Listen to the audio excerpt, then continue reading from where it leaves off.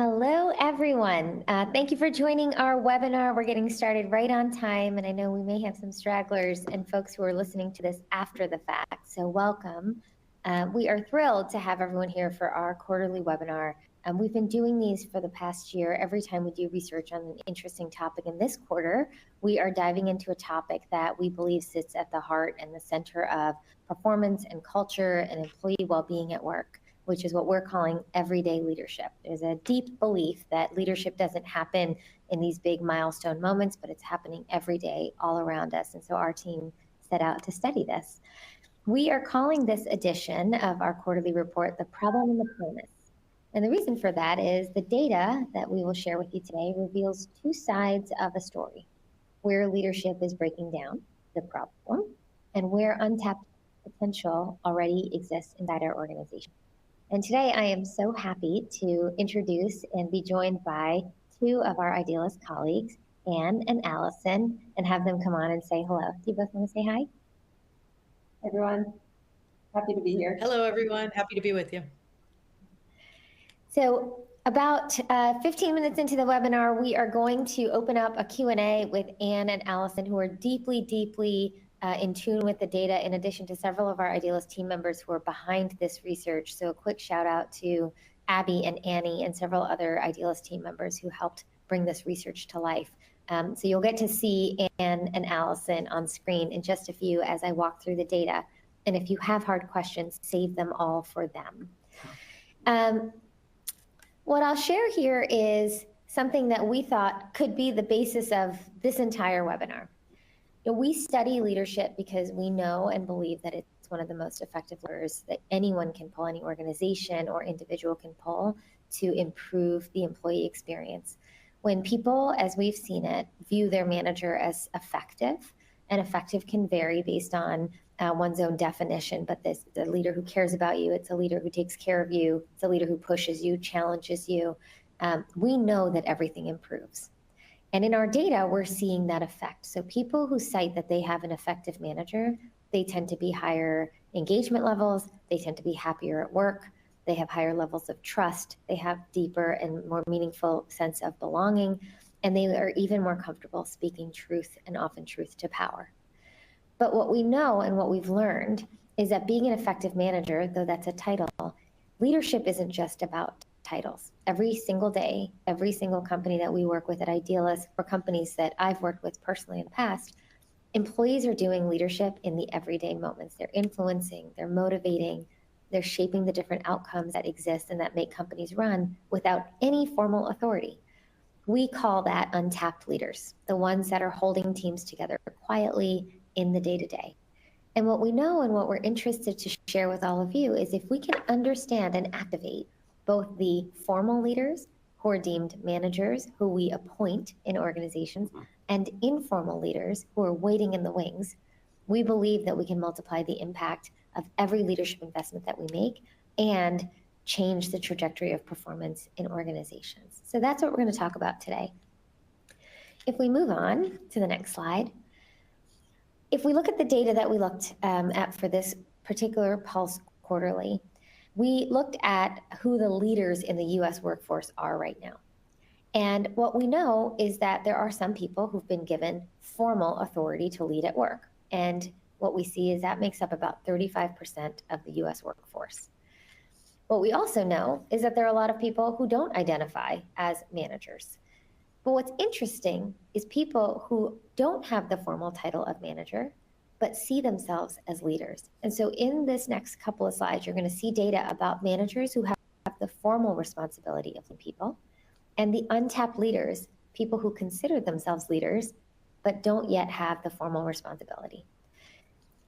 What we know for sure is that 31%, those untapped leaders, they are often an overlooked source of leadership. And even those who aren't in formal management positions, they're often doing the quiet work of managing projects, managing teams of people without formal titles or authority.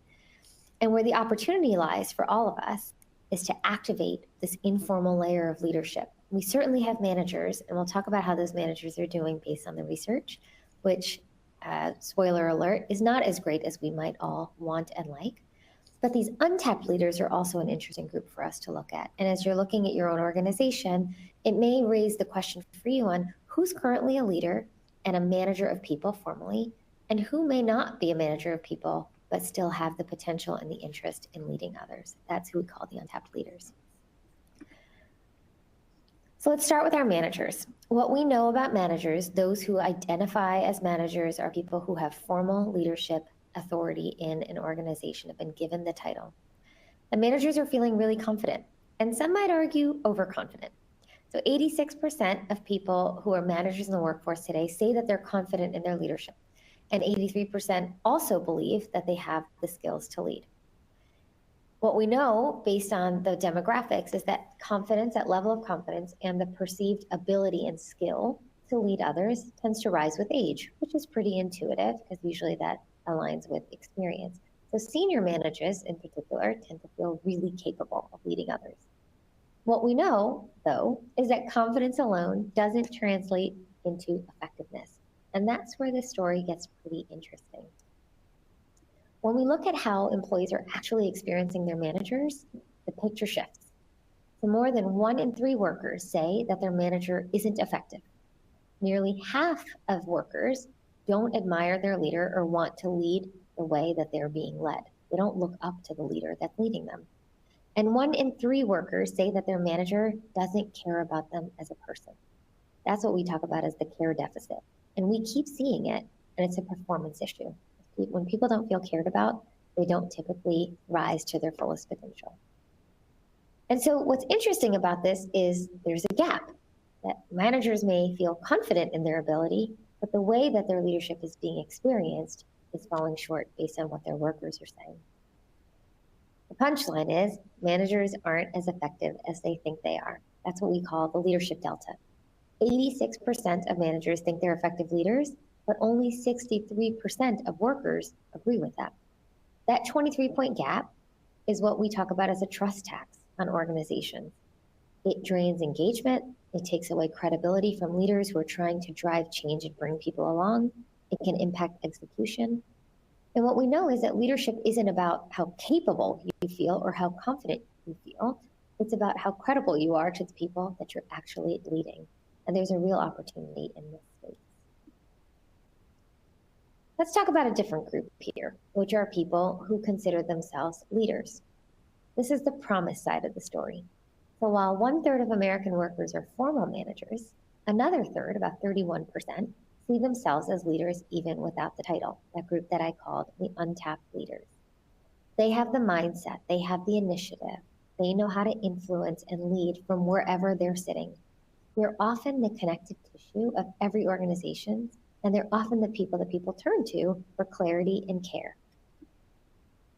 What's fascinating about this group is they look pretty similar to the existing leadership group, but there are some unique differences. They span every age group. They're often more racially diverse, and many haven't actually followed the traditional credential path. They don't have the degrees to necessarily warrant falling into a leadership position. In fact, 72% of people who see themselves as leaders but aren't in formal management positions don't have a college degree. Only 19% of these people earn more than $100,000. So this isn't leadership or a perception of leadership that's born out of access or privilege or even development opportunities. It's leadership that's been born of a mindset, people who see themselves and believe themselves to be a leader. These workers that are sitting amongst us in our organizations without formal titles see themselves as leaders who can do more. They just haven't been invited into the circle and perhaps developed to be there. What's interesting about this is just like managers, untapped leaders, they feel ready. 78% say that they're confident in their leadership, and 80% believe that they have the skills to lead. But what we know for sure is that their belief, similar to leaders who are formally in roles of leadership and management, their belief grows with age. The older you are, the more confident you are in your capacity to lead, even if you aren't leading others. And it's remarkably high across the board. What's missing isn't capability, perhaps it's opportunity. Now this is self-perception, so there's a belief that people can lead, but can they actually lead is up to us to figure out. The promise that we're seeing here is that Untapped leaders are almost indistinguishable from managers in their confidence and their skills and their excitement to lead. They lack access. So when we're tapping into high potential people within an organization, this is an untapped group of people waiting in the wings. Imagine the impact if we created structured ways for these untapped leaders who see themselves as leaders to contribute through project leadership or peer mentoring or culture initiatives, which we'll talk to Anne and Allison about in just a few. This latent leadership capacity, this resting dormant energy that sits in organizations, it's sitting right within your reach and it's waiting to be activated. There's an important nuance here, which I alluded to earlier. While there are a lot of people who are untapped who believe that they can lead, there's still a gap in who actually desires the responsibility for others' performance. In fact, only 25% of untapped leaders want the formal responsibility for other people's performance, which is obviously a key part of leadership. And that 25% compared to managers, formal managers, that's 53%. So that tells us that while people are eager to influence, they're not always eager to manage. Leadership development needs to make that path less intimidating and help equip people and see that managing others isn't about control. It's about care and clarity and coaching, and taking responsibility for leadership is an opportunity, not a deficit or a detriment. When managers or emerging leaders need help, where do they turn? A lot of us have been in situations where we've either offered advice to people or we've sought out advice for leadership and management. So we, in our research, wanted to figure out, where are people going? What we found is that 30% of people go to their own leader. And that's a healthy signal that the leadership chain matters. And when someone has a leader that they admire and they have a leader that they want to emulate, they often will turn to that leader for guidance. But we're seeing that more people go to their friends and their family than their formal HR function, which is slightly terrifying and sad as someone who's a former CHRO. The HR just isn't yet seen as a coaching resource currently to the majority of workers when they're struggling with moments of leadership. About 1 in 10 are turning to the internet or to AI for advice, and they're blending this idea of human mentorship with digital support. We anticipate this is going to go up over time. The way leaders learn, it's changing fast, and organizations need to keep evolving with it. We have to think about how AI can provide skills training. When it comes to developing leadership identity, how do we help people see themselves as leaders? Then we have to help companies and managers, whether you're in a company or serving and supporting a company or an organization, we have to help managers step up to be the go-to resource to ignite this latent leadership that exists. Let's pull this together for a couple of insights. Number one, there's a care deficit. As I mentioned, 1 in 3 workers don't feel cared for, and care directly predicts engagement. Number 2, there's a leadership delta. There's a lot of confidence in one's ability to lead, but not a lot of credibility in someone's capacity to lead, and that's the new tax on performance. How do we help people match their capabilities to their confidence? Number 3, the talent bench is deep. 1 in 3 workers already sees themselves as a leader. So take a look in your organization and see how many people are currently in formal positions of leadership and how many people might be waiting in the wings for opportunities.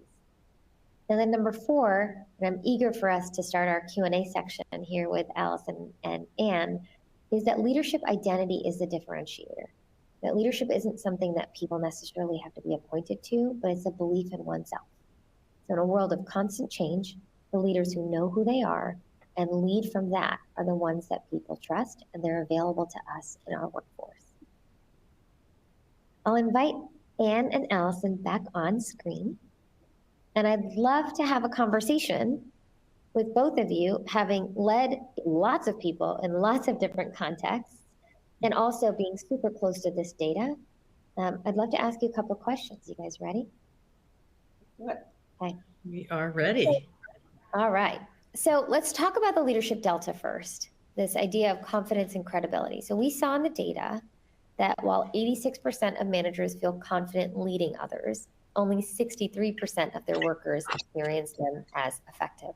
So that 23-point gap, the leadership delta as we're calling it, it's not about skills.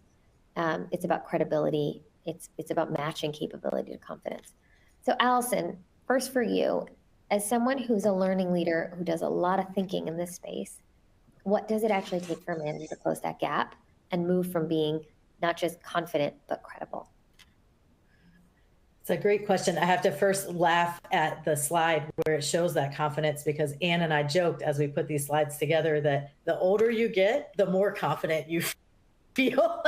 And that delta may be actually growing on you more than you realize. And so, but I love your question, because the gap there is about alignment to me. That's what I think about. It's between what I see myself as and what the people you're responsible for see you as, right? And so confidence is very internal. And even for those untapped managers, like, you can feel really confident, but credibility is how you're actually showing up. That's more external to you. And when I think about it, like, the bridge between those two things, it's consistency. It's, do I say what's important to me? Do I know what's important to me first, I guess? Then do I say that? Do I communicate it? Does it show up in my behaviors? Does it show up in my decision making? Does it show up in our strategy sessions?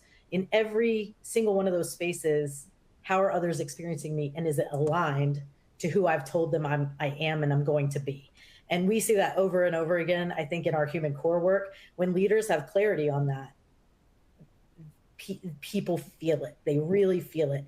And my theory is, as trust continues to be eroded in the world, and we're seeing that very broadly, the more they're actually looking for leaders and managers who don't just have the technical skill to tell them how to fix something, but also know who they are and are able to communicate that. That's what I want to follow. That's what I want to be a part of. Allison, you're speaking to leadership identity a bit, which I know you spend a lot of time thinking about and doing research on. Where does identity fall into this, right? How does that fit into this transformation of building more trust? And how can we help leaders, and have you helped leaders understand who they are and how that shows up in their leadership?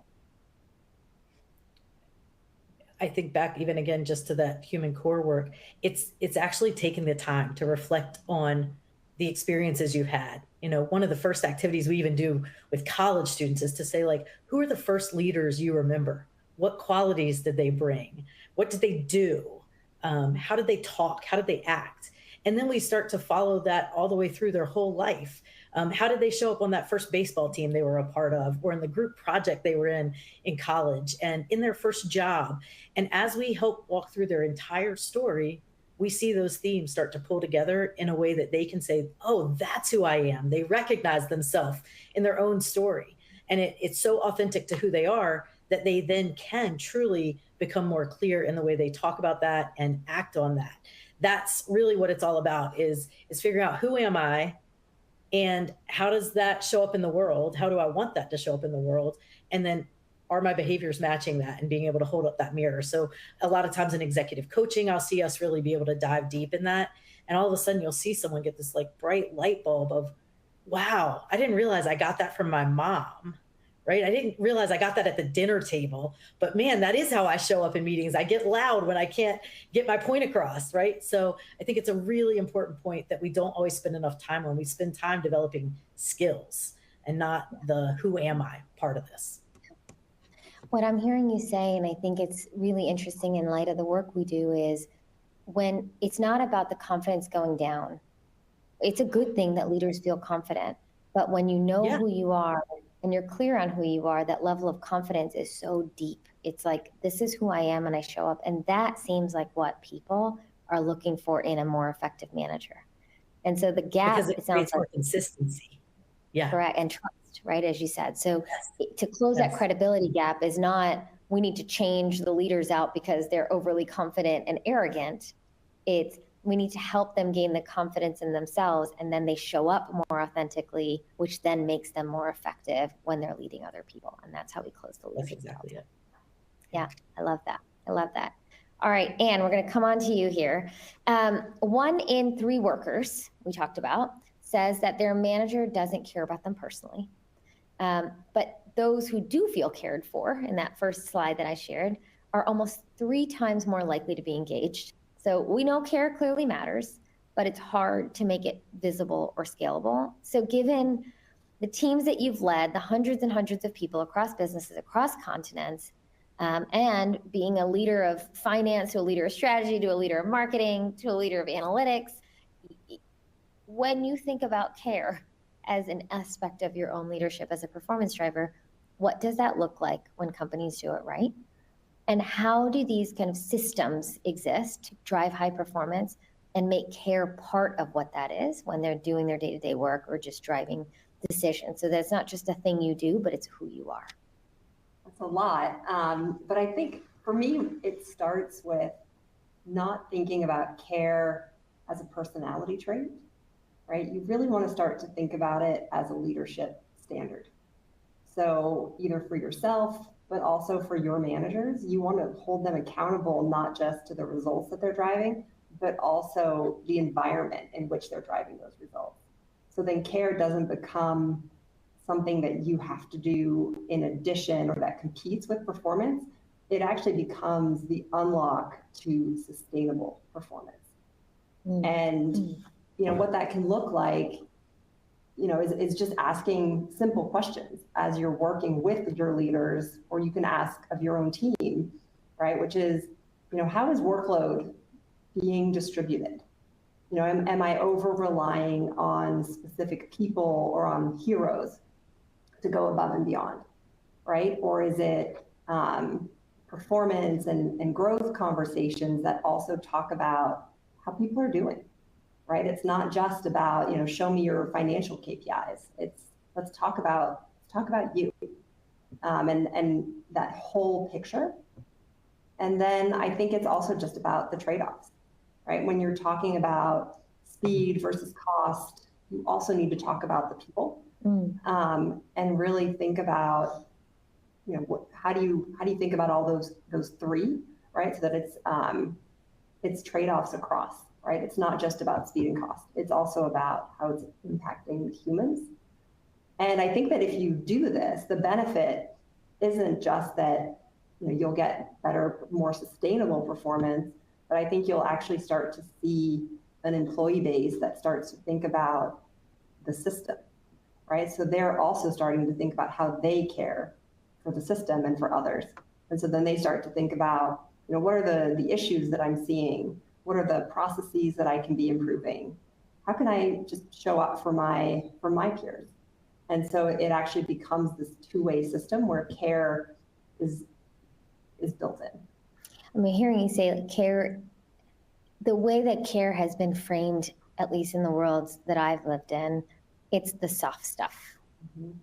And it's like the one question you ask before you walk into a meeting to say, like, how was your weekend? And look, I showed you I cared. I think this is devastating. I think the fact that so many people don't feel like they're managers, and the question we ask is very specific. I feel like my manager cares about me as a person. That means that there are people walking around in your organization who don't feel cared about as human beings. And what I just heard you say is that is a business imperative.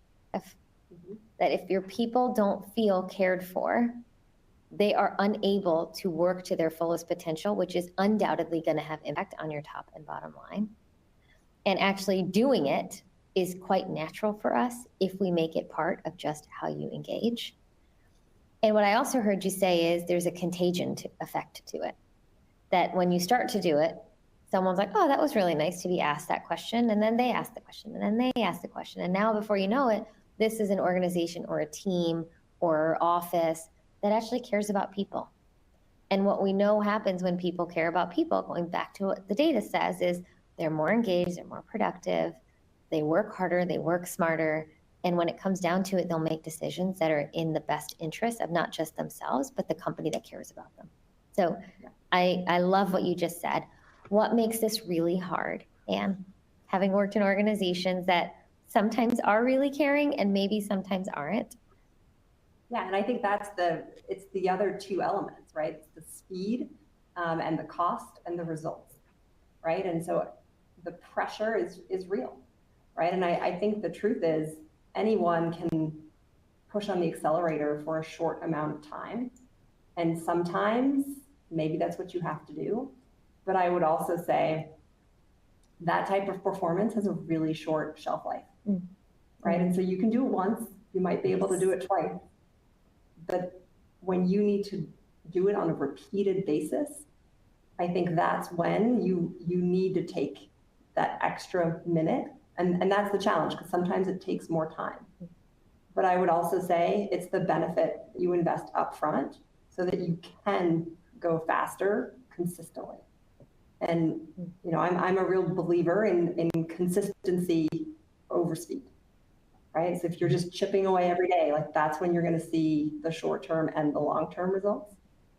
But yeah, the reason it doesn't happen is because it's hard. And I would say it also takes a certain level of courage.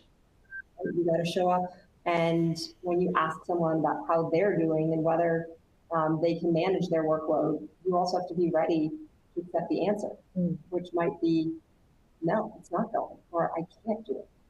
And then you actually need to go into problem solving. Totally. And we talk a lot about you can't solve what you can't see. And so that person is struggling whether you ask them or not. Exactly. That's exactly. Yeah. And it's making the invisible visible, what you just said, right? We all, like if you saw that first slide, everybody feels confident as managers. Of course I care. But that doesn't necessarily translate into how your people are experiencing you or feeling it always. And so even for those who maybe, empathy is not your greatest strength, you really have to go that extra mile to make it visible regularly. And it's building that muscle that it's got to be part of the regular. And that gets back to that identity piece when it's part of who you are versus just a skill you learned to say like, hey, how are you? Knowing that that's what you're supposed to do at the beginning of a meeting versus like, hey, Sumona, you mentioned that your son was in a big playoff game last week. How'd it go? And all of a sudden you now feel seen. And when we feel seen, we work harder and we work smarter and we want to be more successful. And that shows up at scale. And so I think it really is for us as managers, even when we feel like we're caring, we have to make that more visible than we currently do and more consistent, to Anne's point. Okay, Allison, as someone who teaches lots of skills to people, can you teach care? It's a great question. In the way you reframed it, yes, I think we can teach. We teach curiosity a lot. And I think that's a huge way to show care, right? That I'm taking time to say, like, Sumona, tell me what you did in your last job that helped you with this project so much, because you clearly like knew something that other people didn't. Right then you go, wow, like I get to tell her something more about myself. So curiosity, we can teach that, how to ask good questions, how to ask questions that get below the surface. That helps people feel seen. And I think that's a huge way. The other, I think, is what Anne started to allude to with the consistency versus the speed, which is you have to take time to hear the answer, right? There's a big difference in saying like, hey, how are you? As you're getting in the elevator and it's closing behind you and it was just a nicety versus when you sit down and you wait and you pause and you ask the question and then you listen for the answer. That's a big difference. We call it the difference between like check-ins and like real check-ins. So, if you're going to ask, make sure you follow up, make sure that, and we can teach those things. That's a behavior that we can work on. But it starts with curiosity and follow up and then being transparent. Hey, I know we have a meeting right now. My brain is in 6 other places. So I only have a few minutes to give you right this second, but I'm happy to circle back with more time later. That even demonstrates care. So it really comes through in your words and your actions. Yeah. Yeah. What's occurring to me, I'm thinking about leaders I've worked with and leaders I've worked for. And sometimes it's a small thing. Hey, I know your kid was sick. How's he feeling? Sometimes it's, I care enough about you that I'm going to give you this feedback. Sometimes it's, I care enough about you that when I come into a meeting, I take my phone and I flip it, right? That's a really big signal that you are more important than whatever is buzzing on my phone right now. And people, and I think people sometimes forget this, like the signals of care are really subtle sometimes. They're so subtle, and we can do them. So like it's not its own checkbox that we go and teach people. So when you said, can you teach it? Yes, but it's not like you're going to come into a workshop with us on care, right? Care has to be built into the way you do each thing. Like this is going to be built into how you give feedback, like you just said, right? It's got to be built into all those parts. It's not a standalone thing you can check a box. It's the how. Totally. And caring enough to say to somebody, hey, thanks, that was a great meeting, or thanks so much for showing up today. Or it's amazing to me how sometimes people think it's this big burden, when in fact, I think, Anne, you made the point of it takes time. It's time well spent. And sometimes it doesn't take as much time as we think. And so I think what we're hearing in the data here is people want to feel cared about as a person. It's hard to be a human right now. And so if the person you spend a lot of your time with and your career is latched onto takes a minute to show you that they care, it can go a long way. I think that's an important and simple lesson, hopefully, that folks on the line can take away from this. That's right. Here's my last one, and I'll throw this one out to both of you. Nearly 1 in 3 leaders, as I talked about, see themselves as leaders. They don't have formal authority. Nobody's given them the title. That's a huge untapped pool of capacity. And we are in the capacity game all the time with our clients. We need more from our people. We need AI to help, reframe how the work gets done, be more efficient, be more effective. If organizations started to activate that group before they had a title, because the title's not always easy to give out. It comes with compensation, it comes with a hierarchy, it comes with job descriptions and roles and rules around it. If they were to try to activate that group, what might that look like in practice? How do we get companies and help companies and those who are leaders and CEOs on the call right now? How can we help them recognize and channel that ambition, that desire to lead in a way that helps fuel growth, but also maybe helps shape culture? For both of you. Yeah, go ahead, Ann. Okay, I'm happy to jump in. Well, I can think of two things. I think one, when you see it, say something. Because these are people who are, they're raising the bar around them, right? When people are with them, they likely feel more capable. They think in we terms, right? They're bringing people together. And I think based on our survey, we know that they think of themselves as leaders, but I wonder, do they know that others can see them as leaders, right? And I think that when people know they are seen, they're more likely to continue to do it. And to the access point, right? Maybe be more willing also and able to step up. So I think on the one hand, it's when you see it, say something. And then I think on the other hand is, and then build on that. And what can that look like? We know that people management may be daunting for them, right? We saw that they don't necessarily feel ready. About 25% of them do to manage people and own that responsibility. But maybe it's starting with a project. And then, moving into people accountability. So I think there's some baby steps you can take to start to build some of that willingness to step into more formal roles. And just to follow up on that one, when you, as a data person, and we have clients who do this all the time, like, can you tell us what are the signals? Like, what are the 5 things I'm looking for in a leader so I know that they're ready to take on something else or ready to be promoted? What have you looked for in your career when you've been leading people in organizations? I think one would be their ability to simplify, right? So when a room is spinning, when things feel really hard, they are often the ones who come in and can frame a problem that shifts how people see the issue, right? I think their comments can influence people listen, right? So I think that's more of like the cognitive. And then I think it's also just about who comes to them, right? I think you can see that it's about earned trust, and you can see that others are seeking them out for guidance. And then I think to the point that I started with, right, they are the ones who use words like they anticipate obstacles, they're following through. And so it's really about ownership. So I think it's that cognitive element, like how are they changing people's minds? It's a trust element about how they've already earned it. And then third, I think it's an ownership element. I love that. I love that framework because it's very inclusive. People can do those things. Yes. Right. And I think going back to Allison, I'd love your thoughts on the question. Can we develop it? Is that something, when you're thinking about spotting those signs of leadership readiness, what would it look like for companies to try to activate that group? What I love in what Ann said is that what we're finding is that, especially among that untapped group, we often go to who's the likely suspect, right? Like, who's the person that looks the part? And our data is telling us that a lot of these people may not fit the mold of what you thought, right? So look in unlikely places and then look for those behaviors that you're hearing from Anne, because it's about a mindset more than a set of credentials, right? We can start to hone the technical.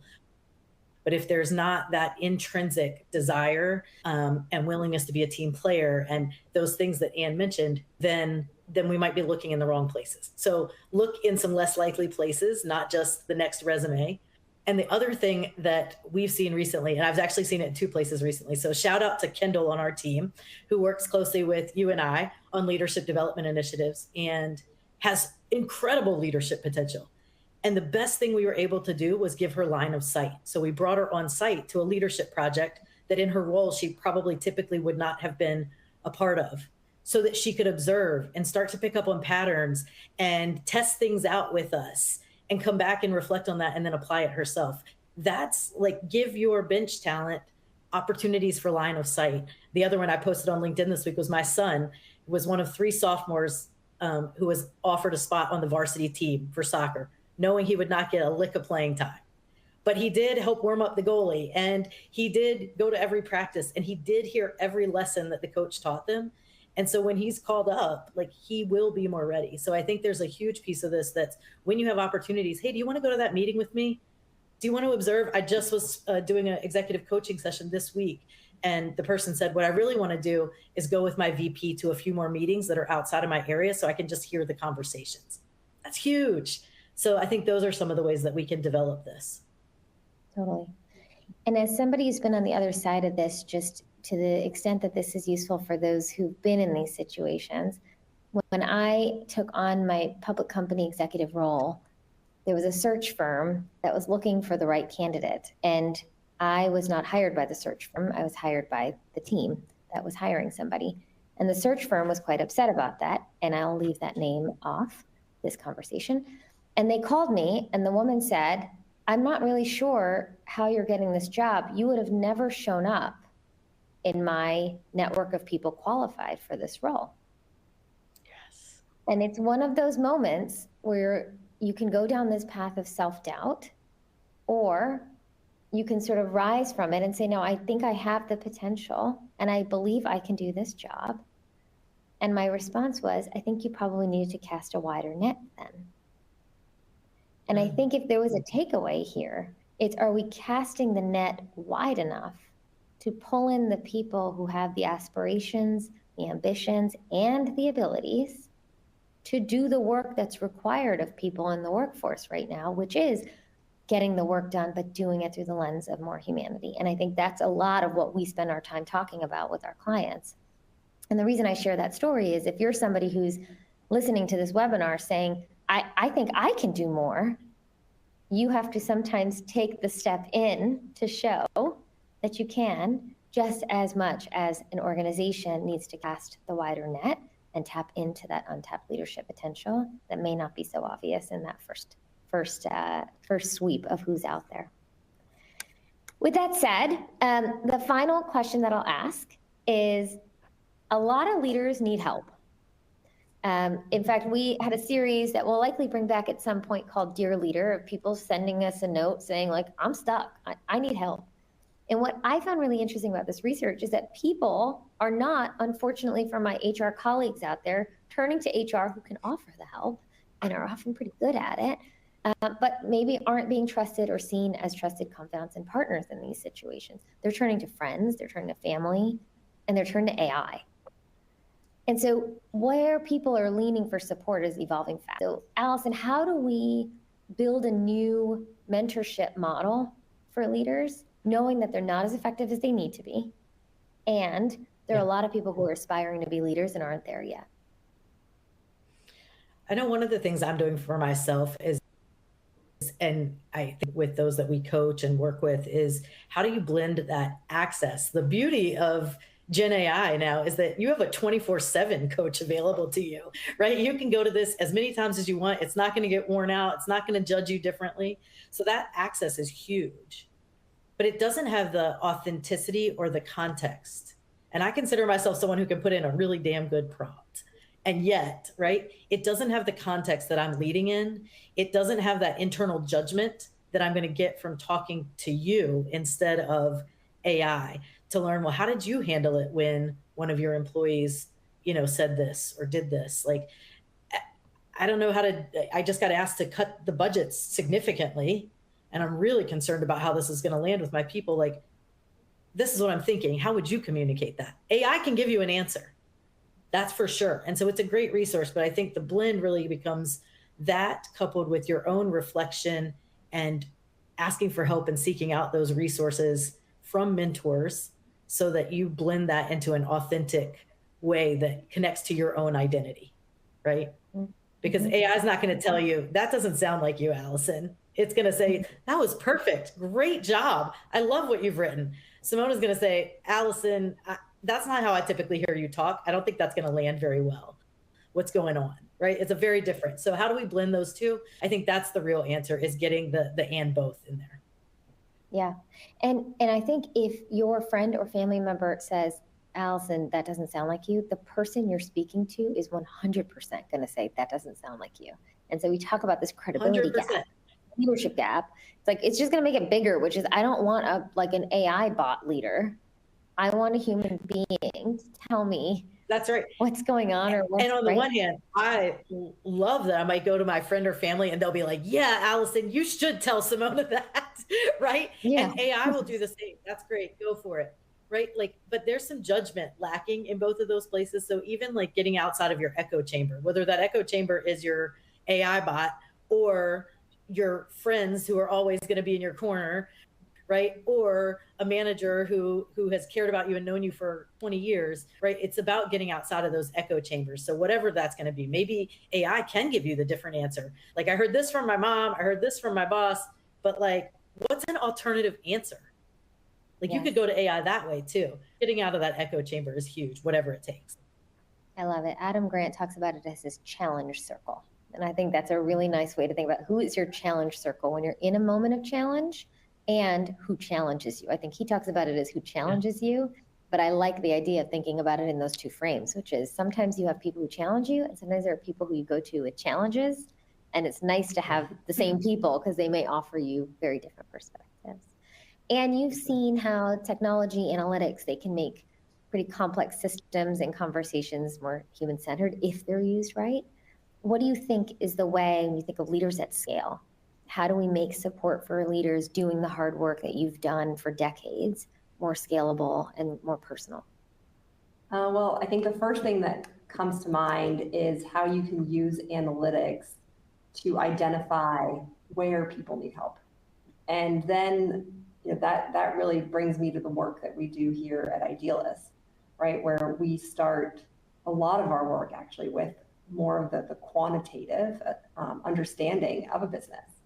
And we do that by surveying teams or entire companies and then looking at those results as a starting point and then augmenting that, right, with the human element, where we have conversations, we have focus groups. And so what we're doing is we're combining data that we've collected with the human element to see not just where the problems are, which is what the analytics helps us really quantify, but then really get into the more human why. And so that's really helping us see where leaders need help the most. And then, and I think that can happen in different ways, right? I think there's a lot of tools now where people can see, where has recognition dipped on a team? And then, maybe there's a technology using AI where a manager might get a prompt that says, hey, 3 people on your team hit milestones this week. A quick note might actually make a big difference here, right? And so it's finding the places and then using the technology to make the recommendation. I know there's also a lot of learning platforms that allow more bespoke journeys, right? So not everybody's getting the same kind of 101 training, but maybe a leader who struggles with delegation and the system knows that because they ask them that question. So they'll get different coaching than someone who maybe is trying to work on care. And so I think the takeaway is, what we're not talking about is automating leadership or automating empathy. I think what analytics can help us do is spot the problems or the opportunities, and then figure out where to focus. So that in a world where time is always constrained, we can just be really targeted in where and how we show up. I love that. I think it's a powerful way for us to end this conversation with is we started with, we have a lot of leaders out there who want to be leaders, who are leaders and maybe are falling short.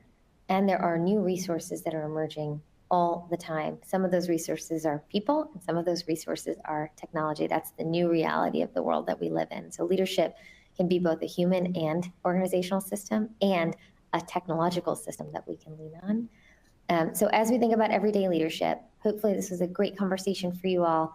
We can open up the chat if there are any questions. Allison, you tell me. Otherwise, if anyone has specific questions that they want to send along, you can always reach out to our team at hello@idealisadvisory.com, request a briefing or conversation about some of the data that you've seen. But hopefully you feel the motivation, whether you're a current leader, an emerging leader, an untapped leader, that what you do matters. And when we do it right, it can make a huge difference at scale. So thank you for joining us today. I'll leave these findings up to the extent that anybody needs any additional resources. There's quite a bit on the page here that you can download, that you can open up and go to our website. But we would love to hear your feedback and your thoughts and any questions that you might have. Absolutely. Great. Thank you all. Thanks, everyone. Thank you.